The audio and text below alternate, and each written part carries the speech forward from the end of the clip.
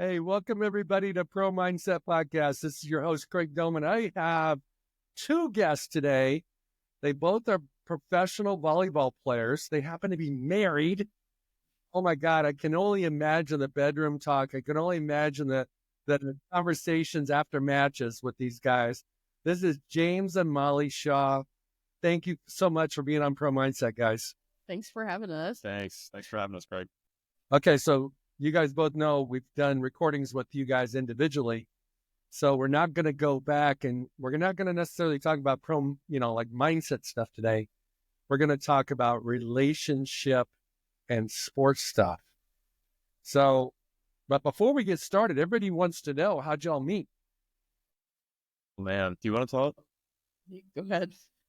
Okay, well, she'll probably jump in. I was actually living in Italy at the time. She was back here in California in Manhattan Beach, or mostly, I guess. One of the two. And I was on a dating app, had my location set to Hermosa because I knew about a couple weeks later I was going to be headed back home anyway. That was towards the end of my year there. And actually rewind a week even before that, even before I'd seen her on like the dating app, I came across a picture of her on Instagram with one of my friends back from college. And I was like, wait, I've never seen that girl before. Who's that? And it didn't really cross my mind that she, obviously that she would be on a dating app or anything like that, or that I'd be meeting online with her, a week later. But I liked a few of her pictures. I followed her, absolutely nothing in response from her. So I was like, all right, I'll just kind of chalk this one up. And then a week later we matched on Hinge on the dating app. And that was my opening line. I was like, you completely ignored me. And yet here we are. And then that obviously started a snowball and we kind of went from there. And basically she needed to know like I was coming back to California. Otherwise she was going to keep talking to me. Yeah, from there, I came back a little bit later and we met up pretty much right after I got back home, and the rest is history. Yeah. Okay, so is that pretty accurate, Molly? Yeah, that's how things went down? Yeah. Okay, so you met on a dating app. You're both volleyball players. You're both living unusual careers, but you met on an app, which totally makes sense that you were matched. But how long did you know each other before you knew? But he was the one or she was the one? Okay, honestly, not to be so fairy tale princessy about this, but I texted my mom after I met him, and I have it screenshotted because it was funny. I texted her, I was like, either I'm going to marry him or I'm going to fall into a deep depression. And she's like, it will work out how it should. And I was like, shut up. But I kind of do. Yeah. Things about you. So Molly, I'm sorry to cut you off there. I love the idea that you just knew. I love it because it's not necessarily love at first sight. We just know, it's like, I don't know what God almost sets it up to where you just know that's your person. Yeah. Right. James, how about you? You a little bit slower learner or what? No, pretty similar. I mean, obviously it's hard to tell on the dating app. So when I knew honestly was on our first date, I actually had our dog now, Buckwheat. He's sort of my telltale, like my litmus test for for anybody coming into our lives. And he really liked her and she really liked him. And that was important for me. Was she's an animal person. If she gets him, she kind of gets me. I think like he and I are very similar beings and have very similar like demeanors. So that, I mean, not to say like that was the only thing that mattered, but that was just one thing that sort of stuck out to me. Like, okay, this is a very good fit already. And I feel like I can say anything to her and it not only won't phase her, but it'll be like, something that we can, we can just kind of riff with each other. And to have that right off the bat was like kind of a special thing that I knew like, okay, we're going to be good here. We're going to be together for a long time. Molly, what's the commonality or the similarity between Bucky and James? Like what characteristic does your pet have compared to your husband? They're both like very endearing and calming. He looks like a pit bull, our dog, and he is the most caring, soft thing I've ever met in my life. Like, he's giant and he looks scary, but when you actually experience his personality, he's like so calming, and like you just want to be around him and like cuddle him. He's just like a big teddy bear. And it's like the same with James. Whenever I first met him, I was like, oh, like he's attractive. Oh God, like he's probably like the stereotypical volleyball player. And then I met him and I'm like, oh, you're actually like very kind and smart and like soft. Like I was expecting the worst, I guess, but yeah, it ended up not being that, so that's good. How do you guys synergize to help each other be your best in your careers, in your sport? Because if James, if you had a housewife that didn't compete and, she maybe traveled with you, maybe didn't travel with you, and same thing, Molly, for you, if you had a husband that didn't understand the pressures that you guys are under with respect to travel and competition and dealing with partners and dealing with coaches and dealing with decisions, like which direction do we go in this quad to get to where you want to go if you want to be in LA in 28? Mm-hmm. What are the benefits of being in the same genre of business? I think, one of the things you said is just he just like gets it. And I think that if I were to, I bring some of my concerns up to like my family that they don't play the sport, like anything, and they just like don't get it fully. Like their responses are always kind of like, I don't really understand, but this is what I would do, kind of thing. And so it's nice to have someone that's like in the same situation as me, or has been there, or is going to be there, and we can kind of like bounce off ideas. And I think it would be really hard if he didn't play, because beach volleyball players are insane. They're like starving artists. Like, we do things that a lot of people probably wouldn't do in their craziest minds. And so it's cool to have the exact same, like, not person, but the same job, I guess, in the family, because we get to kind of like be crazy together and not judge each other for it, or not be like, oh my God, like you spent all this money on a flight. Like, I never get to go anywhere. Yeah. What I was gonna echo that as well. I think the financial part of it is not unimportant. The like, sometimes, for instance, we'll be in crazy amounts of credit card debt just because we have to buy a bunch of trips just around the world to go and compete, and sometimes we're going out on a complete limb to go do that. So to have a person who understands that a little bit better, and they understand the why, is the most important, I think, thing for us. But I think my first thought to that question was, I think we motivate each other on a pretty daily basis. Like, there are not a lot of days where, if we're feeling a little bit sluggish, a little bit wanting to, be a little lazier, or if we're feeling a little bit over anxious or too nerve-wracked about a certain thing, the other person is, for the most part, presenting thing that we need, that we need to see in ourselves. Personally, for example, Molly does a really good job of just constantly getting back in the weight room and working on her body and making sure she's always taking that, to the highest level. I think for me, sometimes I can get to the point where I'm sort of expecting a lot more, not expecting, but I think I fall back into sometimes just taking a little more time off. Like, I think I'm on the other end of the spectrum in terms of recovery.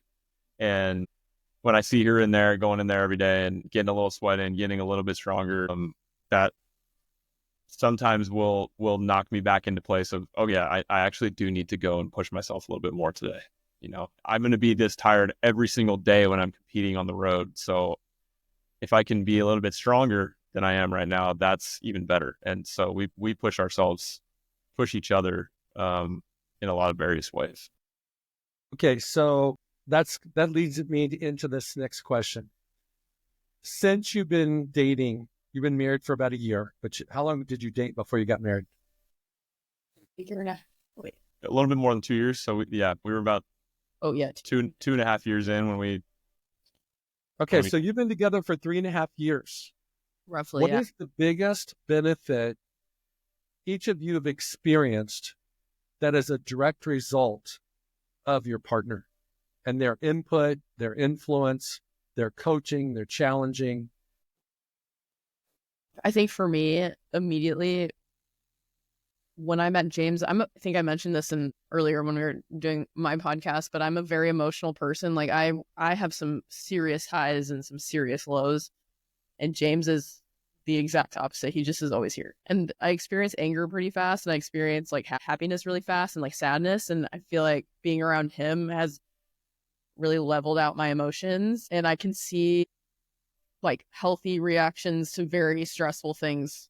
And that's on and off the court, but mostly like when I watch him play, he's very collected and calm, and I never used to be. And I feel like I just recently have been like able to do that more. So it's really hard for me, but seeing him do it like day in and day out has been selfishly very positive for me.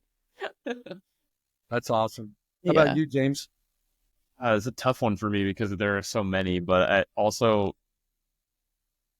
think a lot of it has to do with how much she puts herself out there and gets back up off the horse. I think there have been a lot of times in her life where she's been overlooked or not taken seriously. And I almost come from the opposite of the end of the spectrum, where people have told me so much about my potential and how great I can be, and I feel like I've never necessarily been able to meet that. And so to see how she goes about her business in the face of that has almost spun it to where I can sort of trick myself into that mindset and get myself back up on the horse and feel like I need to prove people wrong, when maybe I don't necessarily need to be even doing that. But that's been a big benefit to me, is like being able to put myself in that mental space where I'm sure she would want the opposite. She would want to not have to be doing that all the time. But the fact that she's there and she's naturally, there and really responds at a high level to those things shows me a lot of like what I could be doing, and that's a big benefit to me. Yeah.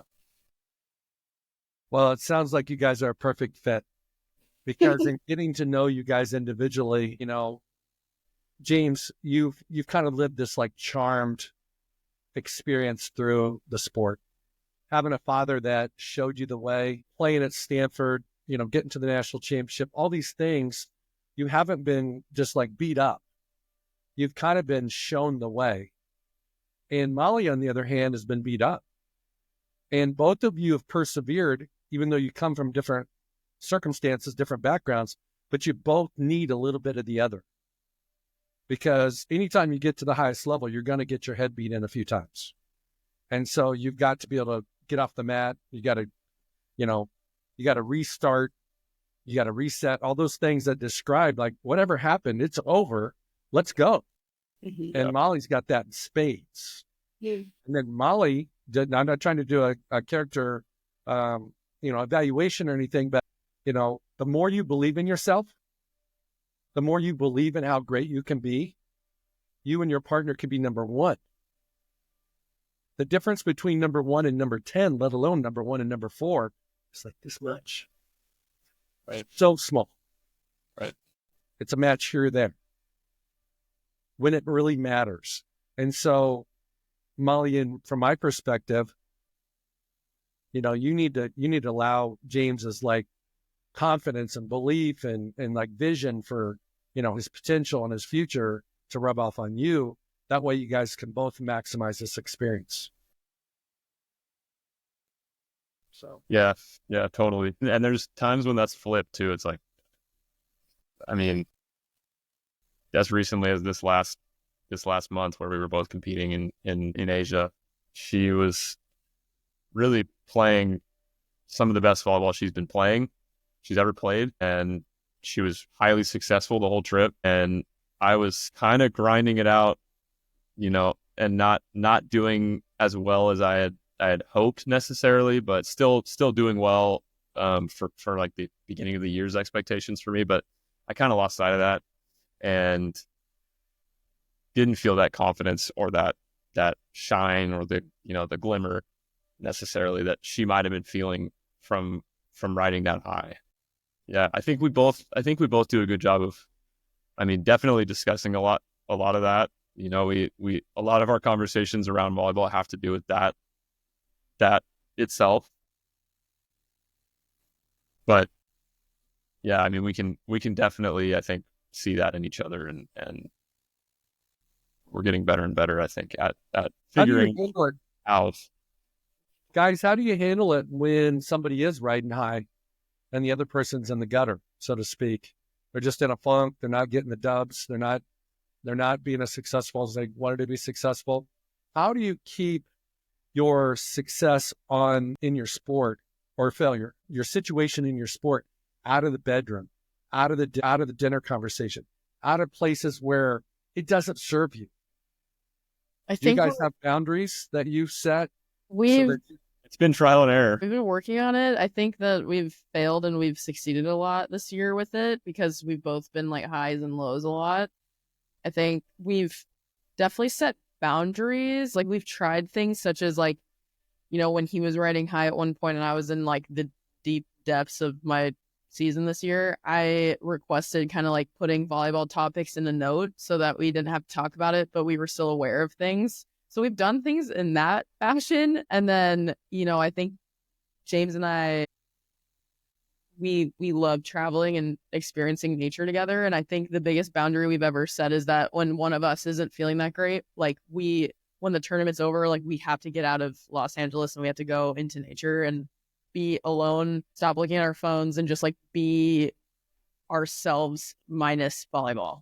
And I think that's when we start connecting more, because it is so hard, like, watching him be upset about a loss and then vice versa. Like, it hurts us, like, in our souls. So it's nice for both of us to be like, okay, let's get out of Los Angeles and go be Molly and James, not volleyball players. Yeah. The really hard part too is that moment where you are, you know, you're on the podium and you see me, you know, trying to put on the brave face and trying to be the supportive spouse, and you know how I'm feeling, you know, deep down, and disappointed in myself, and not. I think a lot of the time in the past we have had the issue of trying to compare, and that's pretty. I think that's pretty normal for a lot of couples, and we talked about that too, Craig, yesterday. The less and less that we compare ourselves to each other, because the men's sport and the women's sport, especially in America, are very different, and they're very different paths to the Olympics and to the podium and to success. And we have to remind ourselves of that often too. The more we're just successful at riding our own ride in a lot of ways, and being okay with the other person's disappointment, not being okay with it, but being okay with not taking responsibility for the other person's disappointment, and, you know, going after our dreams, taking responsibility for that, and just being supportive in you know, the other person's success. Well, one of the things that you guys are going to find that's critical, that you're already doing, is having James and Molly time, and getting away from the mask that you wear, the uniform you wear, the whole construct of being a professional volleyball player and everything that's associated with that. Because at some point, you know, you just got to be in your PJs and be on the couch watching a Netflix and forget about volleyball. And at some point in time, somebody's going to want to quit before the other. And if you're so connected on just volleyball, it will create some conflict in your relationship, where you almost need to have this autonomy in your relationship, where it's, hey, you got together for the long term, which means you want to die old together, and you're not going to be playing volleyball in your 40s. So you got to make sure that connection is there, almost more than the volleyball connection. The volleyball connection's a bonus. That's awesome. But it can't be the nucleus of what it is. Totally. And the thing that came to my mind when I was listening to you guys talk about just the dynamics of one doing well and one not doing well, which is always going to be the case. I mean, it's very unlikely you both get gold medals, you know, at the same time, you know, although it's possible, is it's almost like a lot of guys joke that my money's my money and my money is my wife's money too, type thing. It's the concept that you guys are a team and her success is your success and your success is her success. And that you look more at the team almost more than the individual, even though you are individuals, and that you're on your own mission, you're on your own assignment, you got your own challenges, you got the whole dynamics of your sports and your partners and all the things that you're doing is different. But you got to look at it as a team, because if you don't, then you automatically will compare. Yeah, whether absolutely. you admit it or not, you can't not do it. I mean, it's just the way that you're human, right? Thoughts on that? Yeah, that's absolutely true. For sure easier said than done too. Like in practice, we've talked about that concept a lot of being a team, and it can be difficult though in this sport, especially because you're really not on a team. It's almost like tennis where you got a partner, but often we're switching partners all the time, and that's way less committal than a marriage, for instance, and you really start to just start looking out for yourself for the most part. It's the way I think Molly has felt in her athletic career, probably her whole career, just, being a beach volleyball player the whole time. You're really looking out for and craving the success of yourself in this sport, and your partner being a medalist, if you're a medalist, is sort of the byproduct of that. I think I maybe had an easier time feeling the feeling of like, hey, we're on a team and I want this team to succeed. Just given the fact that I've played on a team of 20 guys before and been really small, influentially in that. But I also now having a couple of years under my belt on the beach, I understand how much you have to fight for yourself, fight for what's yours. And so weighing both of those in the context of a marriage too is like, yeah, it's a difficult thing for sure. And the more we can remind ourselves that we're on the same team, and the more I think we get used to like sharing finances, for instance, that stuff starts to come. And I think it already has for us. We both feel like, especially on this last trip and some of the other trips we've had this last year together, I think we both felt like we're living and dying for the other person's success in a lot of ways. I get way more nervous watching her than I do actually playing. So That's Same. awesome. How about you, Molly? No, I fully agree with it. I honestly have no notes after what he said, but I agree. I'd get more nervous for his games than my own. Mostly because I don't have any control over it, but that's beside the point. yes. Well, one of the things that I see from interviewing you guys and getting to know you a little bit is you guys have to manage relationships with your partner, with each other, with your coach, and it's draining. I mean, that kind of stuff is exhausting. And if you've got a low maintenance partner, like in your sport, makes it a lot easier. But even a sport like football, even though there's 11 guys on the field, everybody's got to do their job, and they got to show up, and they got to show out, and they got to be unselfish sometimes, but they got to do their job. And so I think in volleyball, I can't imagine it's any different. Everybody's got to do their job. I mean, as long as everybody does their job, you're probably going to have more success than not. Yeah. No, true, absolutely. Okay. What is the one, Molly, I'm going to start with you. What is the first word that pops in your head that describes James and his style of play when it's a very highly competitive match? What is the word that describes him the best, and why? It's just popping in my head. I want to say aggressive in like his decision making on the court, not in terms of his personality, but I also want to say collected, because I have never seen him like have a mental breakdown, or like, when we were talking about how like the best player, sometimes they just like I don't know. I don't know if I can swear, but shit the bed. Like, never seen James do that because I feel like he's just always like level headed. And even when there's something bad, he like moves on.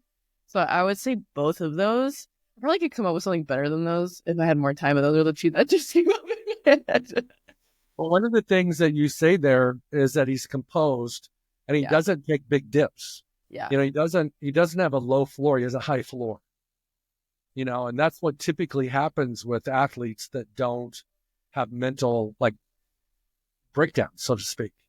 Because when you have that mental breakdown, that's when you dip. That's when you're inconsistent. And that's when your partner's like, I wonder, your partner's thinking, I wonder if he or she's going to be, you know, be up for this. Yeah. Like you guys high five or whatever you do before a big point. And then the partner's thinking, oh shit, I hope he doesn't do it now or she do it now. Yeah. Right? How about you, James? What's the word that describes Molly the best on the court? It's not an adjective. It's a noun. It's a bulldog. She in a similar way, undeterred. Like she really doesn't she doesn't let a whole lot of like big time plays or bad luck on the court affect her. She like whatever really comes her way, she just kind of grinds and fights through it and is just there. She's really talented in a lot more ways than I think she even knows, but she does the work. She's just got that energy, that bulldog energy. It's like I'm here, and you're gonna have to really battle it out with me to beat me. Okay, James, you guys can probably tell I have no script. I'm just going with flow on this thing. You brought up a great point. What is the thing that you would like to share with the other that you've been thinking about telling that serves their best interest, that builds up their belief in themselves, that reassures their confidence, that we all got blind spots. We have blind spots in our marriage. We have blind spots in our own life. We have blind spots as an athlete. Let's just talk about the athlete part. What is the blind spot that your partner has that you want her or him to know that's going to help them? And they need to trust you because you're on their team. You're not trying to hurt them. You're trying to build them up. One that immediate for me, and this one's, I think, obvious because it's been sort of the crux of her career, is she does have the potential, she does have the talent and the ability to be an Olympian and be an Olympic medalist. I don't think she's really ever heard it from people that she does have that ability. And so I think she's internalized it a lot, that she doesn't necessarily have what it takes to be like the next great thing, or she didn't play at a really high level school when she was there, and she turned it into a really high level school when she was there. You know, it wasn't the big name. She's never been the big name. She's not the first person that people talk about when they talk about the best defenders in the country or who's going to be the next great defender. But all of that has been talk, and a lot of people have sort of fallen by the wayside, all while she just keeps getting better and keeps being there. I think there's a lot of that will get her there, rather than just being 6 feet tall and being the best athlete on the sand or whatever, even though she's a great athlete. So yeah, her greatness can be more than she even thinks. sure. Here's the ironic thing, is that we have a tendency as performers and athletes to limit our own greatness. So my challenge to you, Molly, is to recuse yourself from being the bottleneck on your own success. Because we have a tendency to do that. And it's like, sometimes we're almost scared of how great it could be. So we bump our head against success, but we don't want to break through it.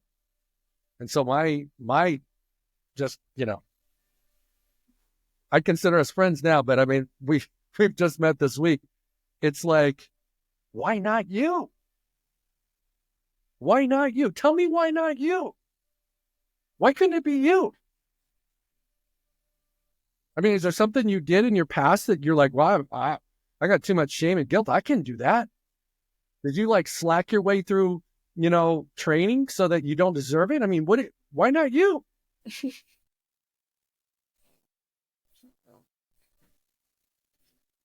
I want to add too, like there have been a lot of examples in the past of this exact situation where there's been a person. I think the one that she looks up to the most is Misty May Trainer, who, she had the accolades in indoor volleyball as she was big time at Long Beach State, but wasn't the biggest, wasn't the fastest, wasn't the tallest, didn't have the best arm. She was just a friggin' bulldog, and she kept at it, and the breaks started coming her way, and then she took off. And she kept that same mindset too, the whole, her whole way through her career, and that served her really well, obviously. But yeah, there's so many examples of that. And so that question of why not her, it's like, yeah, there's so many examples.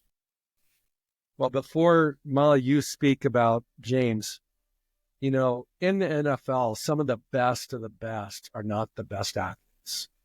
They're not, when the scouts write up their evaluation reports before the draft, they're not it. I mean, Tom Brady's the best example. He was the 199th guy taken.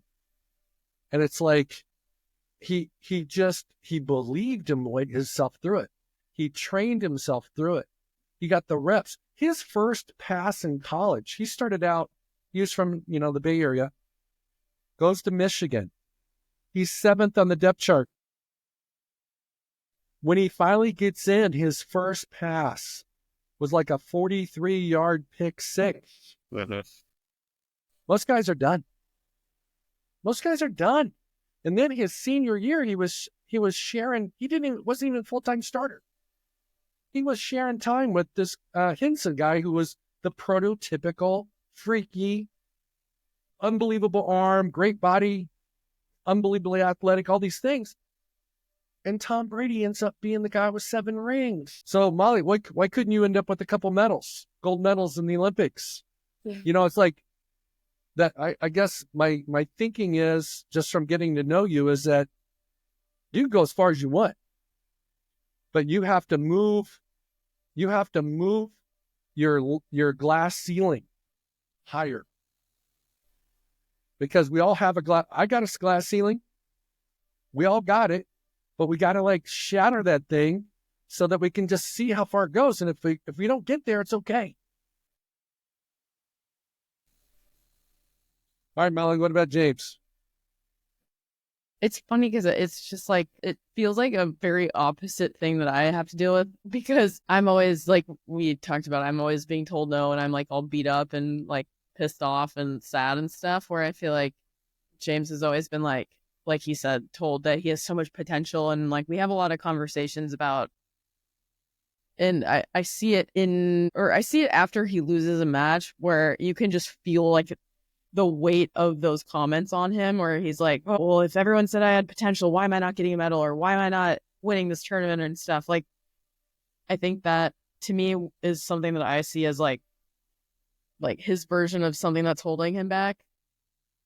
Because he just is oh, if it's supposed to happen, why isn't it? He wants to simultaneously prove people wrong and say I can do this, and then also prove them wrong and be stop telling me that I have potential. I see that a lot in our conversations, and it's really hard for me watching him, because I hate saying this, but he has so much potential, and I know he hates that, but it's everyone I talk to, at every tournament, we're watching him play, and they're holy shit, he's that guy. People that don't even know him, they're he's that guy. Everyone's watching him when he plays. He's the person people watch. And he's a very shy person in general, and he doesn't really experience a lot of I wouldn't say you're not cocky, but I don't really see him walk on the court and you're oh god, that guy is fiery. He's very unassuming, and I wish that he could take those comments from people and run with them and be yeah, I am that effing guy, you better watch out, you got to get through me to get to the next game, I am that person that you I have a target on my back, but good because I deserve to have that target. And everyone feels that way and everyone sees it. I think that the concept of him thinking he's not achieving what everyone thinks he should be achieving is like what's kind of mind boggling to him. But like I said earlier in my podcast, I touched on it. There's a player that will walk into tournaments and be like, it's easy to win this tournament because I knew I was supposed to win it. And I almost like hope that for James walking into the tournament and being like, yeah, I'm supposed to win this freaking tournament. So all I have to do is just play. Like I am that person. So that's kind of what. Either one of you can answer this, and then I want to comment on that. Why, James, does everybody say that you have all this potential? What do they see that causes them to think that? Either one of you. I'm gonna go first. Well, it's not a secret. James is 6'8", and I feel like the United States is just like dry of younger, funky, tall blockers. When I say young, just like someone that hasn't been through it yet, like someone that's like new, that their like eyes are like stars, and they're like, and James is that, like he is a sponge that hasn't really absorbed enough yet, and he's like, if you feed him something, he's gonna just like take it in. So I think that that's what everyone sees. They're like, this person is just like, he was like an angel that fell into the sport, and everyone's just like waiting for that moment where he like gets the right coach, gets the right training, and just like runs with it. Cause he's like already running with like, I would say like half of the capabilities that he is capable of. And he's already like placing really high. So that, and he's just a freak athlete in general. But you can go now. I think it goes back way further than that too. I mean, she paints a good picture, I think, of what it's like right now in the beach sort of community in America, especially for men. There's a dearth of blockers for sure. To be a blocker with some ball skills and some talent like setting the ball and passing is even more rare. So that is sort of part of it. But for me, it's like, I think it's been since I was young. Like when I was younger, I was Don Shaw's kid, and with the name came, a lot of potential, a lot of responsibility and possibility.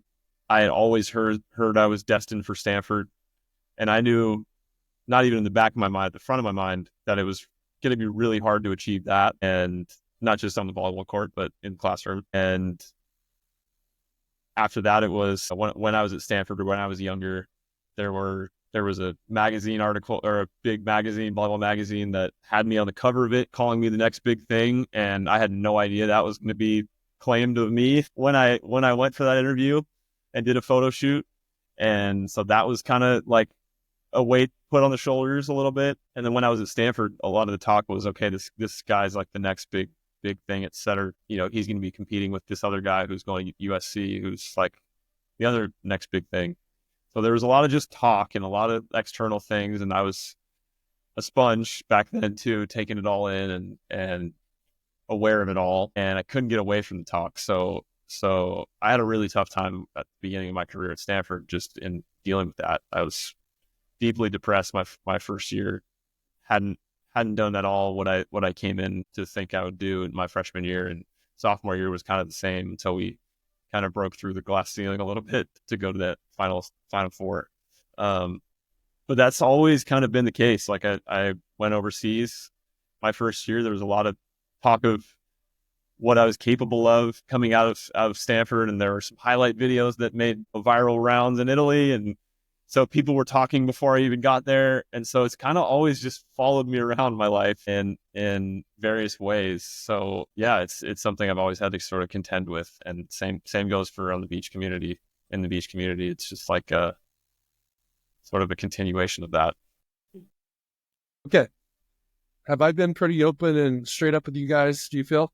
Yeah. Okay. I have your permission to be totally like honest and blunt? Sure. Absolutely. Okay. So what you have is what I call the typical 5-star curse, or the first rounder curse. And everybody thinks being a 5-star is a blessing, and it is. But you can never meet other people's expectations.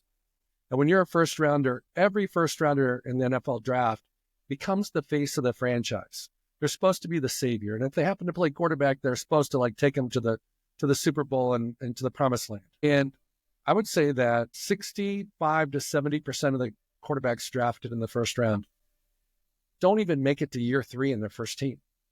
They bust. So I've analyzed this whole concept. And what it is that when you're a freak athlete and you look the part and you got the pedigree, you grew up, in a volleyball coach's family, you were shagging balls when you were 6, all that type of stuff. You end up playing an external game. And the external game is a game of where I'm at compared to what other people expect me to be. So there's always a gap between where you're at and where other people expect you to be. So when you went to Italy, they had this precursor commentary about this guy's going to be the next whoever. And everywhere you've gone, you're getting that kind of response from people, whether it's your competitors, the fans, whether it's the media, whether it's the organizations that run the leagues, run the USA Volleyball. And the only way that you can change it and do what your wife wants you to do, which is to be the very best you can be, is play an inside game. Stop playing the outside game.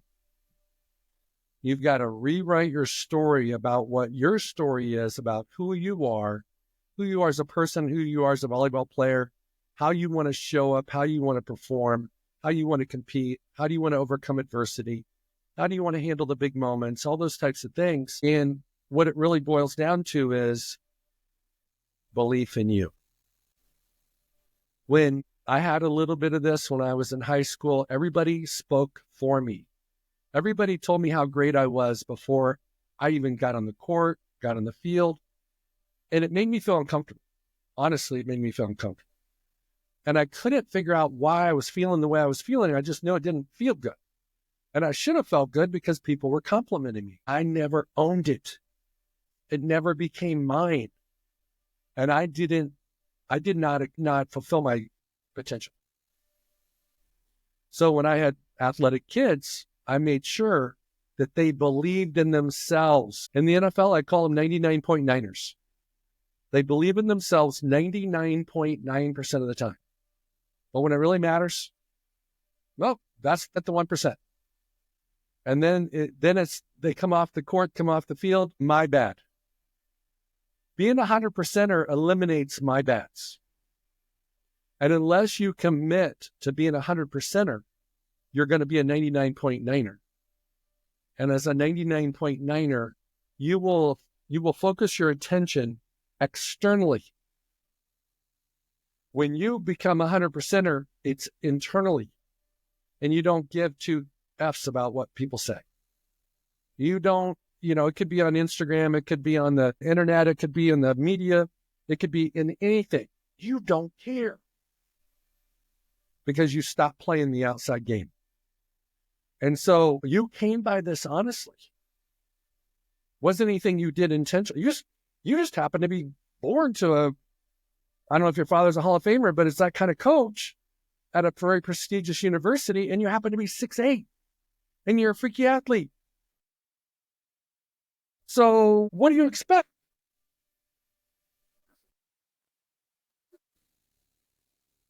They're going to talk about you. But you have to own it yourself. This is a me and me game, and it's an internal game. And here's the thing that I tell people. Belief and confidence are different. Belief is about who you are as a person. God created you both perfectly imperfect and broke the mold after you were born. There's never going to be another person like you. There's never been another person before you like you. And you are born for a special purpose. You have to buy into that purpose. If you don't buy into that purpose, you'll never achieve your potential. And I'm not trying to speak the gospel here, but the bottom line is it's really a spiritual thing to believe in yourself, to love yourself and believe that you're here for this reason, for this time and place to do what you do in the place that you do it, in the sport that you do it. at the level that you're at. Yeah. Yeah. Okay. Definitely. And does that make sense? And then confidence is about what you do. Your confidence is going to fluctuate. Some days it's going to be sky high. Some days you're in a funk on your serves. Maybe your timing on your jumps on blocks is off. Confidence you can fix. When you're lacking confidence, all it is an inventory. So different than a store owner that takes an inventory at the end of the day and decides, what do we got to order to fill the shelves? Well, confidence is after every match and every competition, every tournament, what could I have done better? And then you attack it. But the whole time, win, lose, or draw, medal, get the big payday, get eliminated early, doesn't matter. You always believe in yourself 100%. Does that make sense? Totally. And I would even push back a little bit on the 99.9 percenter. We talked a little bit about this in my episode too, but I think there's a lot of people, a lot of athletes out there who aren't even getting to 99.9%. So if you can get to 100%, you're in a really good spot. Talk about comparison, not comparing, self-belief, but if you're in that rarity, that self-belief, you're going to be in a really good spot when you're competing in those moments of really high intensity competition. Well, think about those moments in the matches where you're winning by 3 or 4, you're serving, you're up 1-0. There's no pressure. Your belief is not being tested. So it doesn't matter if you believe in yourself 50%, 90%, 99, or 100. When it matters is when it counts. When you're, match points, that's when it shows up. So the thing that I love about belief is you get to choose it. You don't earn it. You don't buy it. You don't train for it. You choose it. And it's so easy that people can't do it. Now, confidence, you don't deserve confidence if you're not putting in the time. If you're not training and if you're not training to be the best at your craft, to improve all the different aspects of your game. But belief, dude, it's a daily decision. You wake up every morning. You're either all in on you or you're almost all in on you. And you get to choose. Molly, give me some thoughts on that.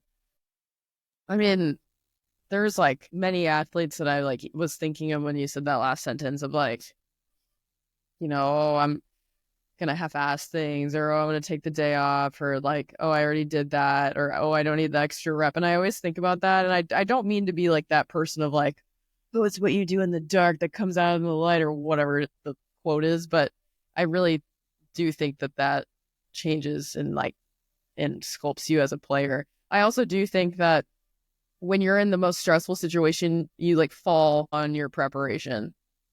And if you're not preparing, then you have literally nothing to fall on. And so, you kind of either crumble or you're tested. And so I can confidently say that if you're prepared and you're stressed out, or in a stressful situation in a game, and you just kind of think of no, I've done the work, I can trust that, I can believe in that, then things don't feel as big or as scary.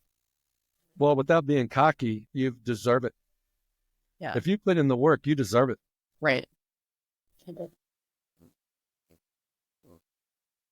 James, any other thoughts? Yeah, I think the belief part is a tricky one. I go back and forth in believing whether or not I can just turn on my belief or if it is a repeated choice. I think sometimes I feel like it is something you have to practice just as much as a rep. Practicing a perfect rep is going to give you that confidence to do the right thing, make the right action, and at the point where it matters in the match. Waking up every day is another rep in believing in yourself. I think you can kind of see it in that way too. And if you do, and if that sort of gives you more comfort and like, okay, I can actually have some actionable thing where I am practicing this belief in myself, and I can sort of check it off in my mental note, notebook or to-do list of like, this is what I did today. I believed in myself fully. That can sometimes, if you're mindful of it enough, I think that can get you to the point where you are believing in yourself all the time. I think a sport like football, I think self-belief is practiced, because if you're not believing in yourself, you're going to get physically mauled out there. It's a different thing, if you're not believing in yourself, and that's part of this like sort of macho culture in a lot of ways, the masculine, I think in all of us, male, female, or whatever you are, if you are feeling that feeling of belief, you're feeling sort of a masculine, like, I'm going to dominate whatever I'm doing today. And I am greater than whatever's in my way today. And on the football field, it's literal. It's like that physical, I'm going to tackle this. I'm going to make this tackle or I'm not. And in volleyball, there's a little more nuance to it, obviously, because you got a net between you and your opponent. And oftentimes your opponent ends up being you, your partner, your team, yourself. And so I don't know, that's sort of where my mind went on it. I think every sport has its nuances for sure with how belief sort of bubbles over and is played out. Yeah, I think there's definitely some power in thinking of it as a this every day. Well, here's another augment to that, is it's being tested all the time. It's being tested all the time. Yeah. And so you might wake up on a tournament day and go, man, I believe in myself today. You might meditate, you do whatever you do in the shower. You're thinking about your upcoming day, and you're like, man, I got it today. And then you're down 0-5 the first game, and it's like, shit, what am I going to do now? Yeah. Okay. So here's the thing that I've seen in sport, and I think there's a lot of crossover between almost all sports. It doesn't matter if it's volleyball or golf or basketball, or doesn't matter.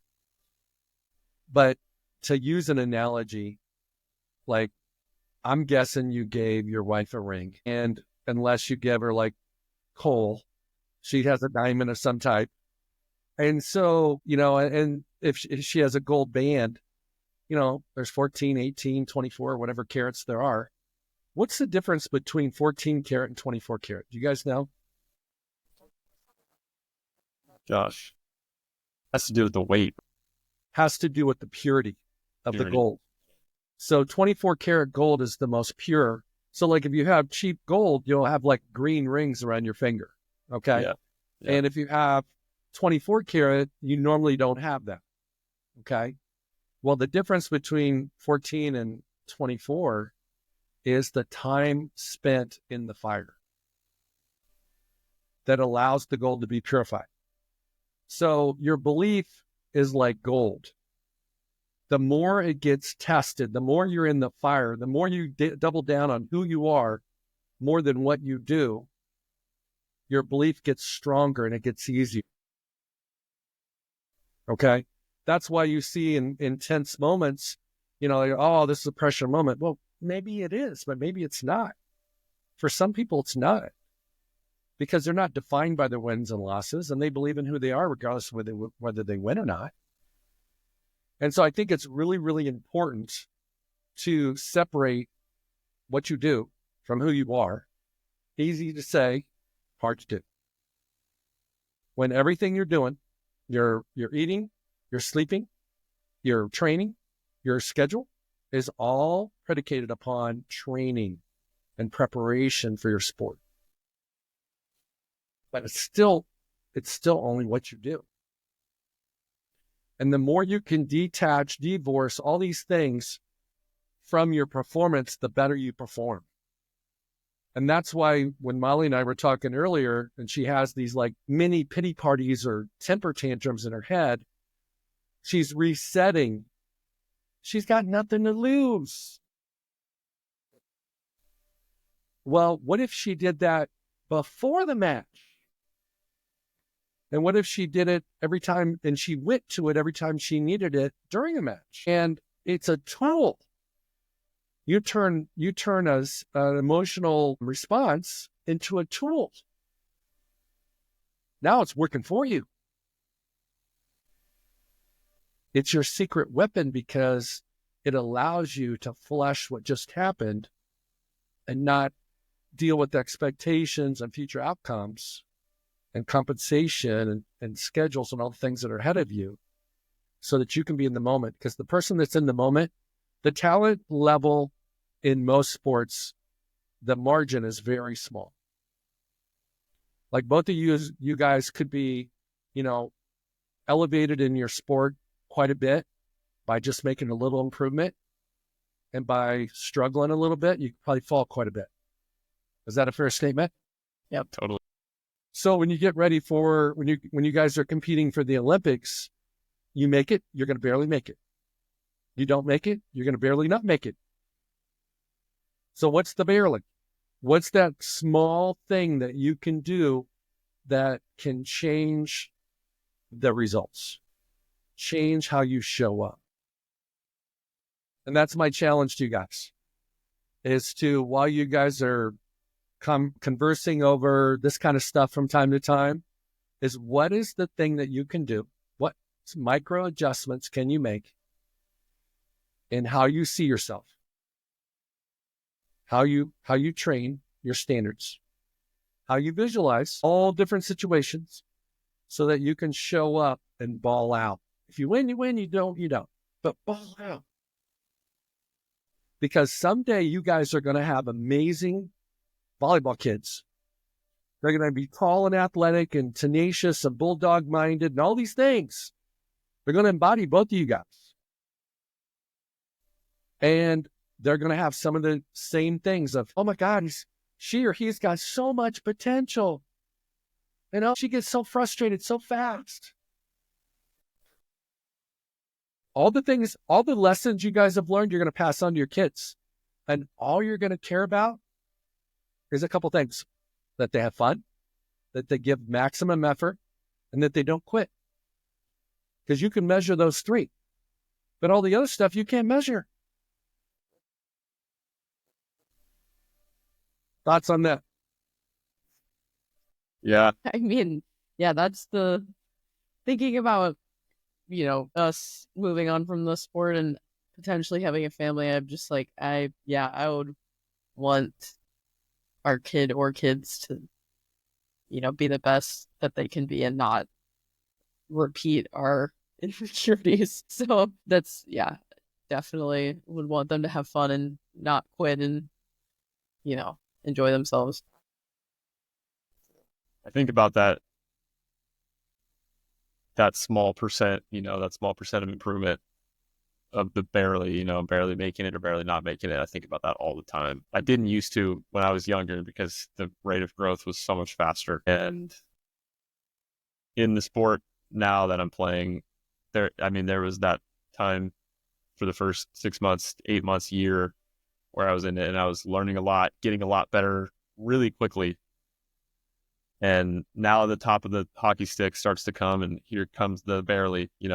There's a lot of work that can be done, and not a ton of it will show out necessarily, or the rate of improvement will slow. So I think about that a lot, and it's right for a lot of trial and error and discussion and struggle, and it's fun. I think it's the fun part about being an athlete, being a pro athlete. Well, one of the things that I've seen is that at a certain point in everybody's sport, it's about getting bigger, stronger, faster. And then it's about improving your sport IQ so that you're smarter. Then it becomes how you respond, who you are and how you respond. And so I've coached athletes that, because of physical situations, had to take a break. And they took a break for like 6 months. And they had to show up for the Olympic trials. And these are like, these are precision sports. These are not like physical sports. And they still won because it was up here.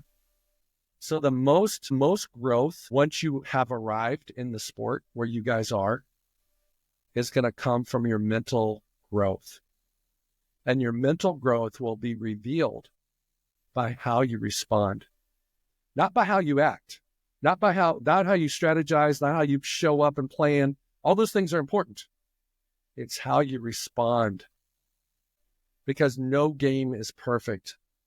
The weather's not perfect. The coaching's not perfect. The officiating's not perfect. Your partner's not perfect. You're not perfect. And as you get better and better at responding, you win.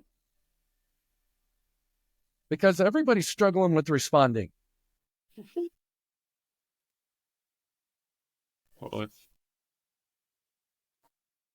Okay. Taking a little bit longer than I expected. But I appreciate the conversation. This was awesome. I thought we would talk a little bit more about relationships, but we end up talking a lot about sport.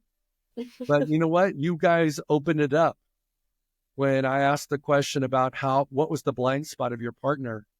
Because I have blind spots. My partner has blind spots. And I think one of the biggest areas of growth that we can help our partners is in their blind spots, because they're called blind spots because they don't see them. So I would encourage you guys to grow together, love yourself, not just as athletes, but as people. Give each other a lot of grace, because marriages are tough. I've been married for 39 years for a reason, because I put the work in. Marriages sometimes are tough. And when you've only been married a year, it's not tough, but it's tough at times. So, hey, I want to thank everybody for listening. We had a special couple on today. It's not very often that I have two professional athletes on. I want to thank you guys for being vulnerable, for being transparent, and for having a fun time. Yeah, thanks for having us. Thanks. Yeah, really appreciate it. It's been awesome. Awesome.